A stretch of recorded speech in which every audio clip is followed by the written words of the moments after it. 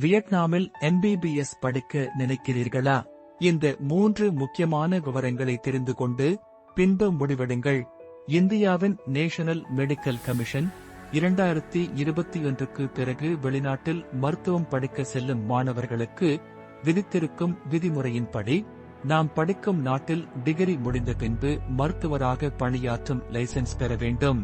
இல்லையெனில் இந்தியாவில் மருத்துவராக பணியாற்றும் உரிமம் வழங்கப்படாது. நீங்கள் தெரிந்து கொள்ள வேண்டிய 3 முக்கியமான விவரங்கள் இதோ. முதலாவது, வியட்நாமில் நாம் MBBS டிகிரி முடித்தவுடன் 18 மாதங்கள் இன்டர்ன்ஷிப் செய்ய வேண்டும். இரண்டாவது, 18 மாதங்கள் இன்டர்ன்ஷிப் முடிந்த பின்பு வியட்நாமில் லைசென்சிங் எக்ஸாம் எழுதி தேர்ச்சி பெற வேண்டும்.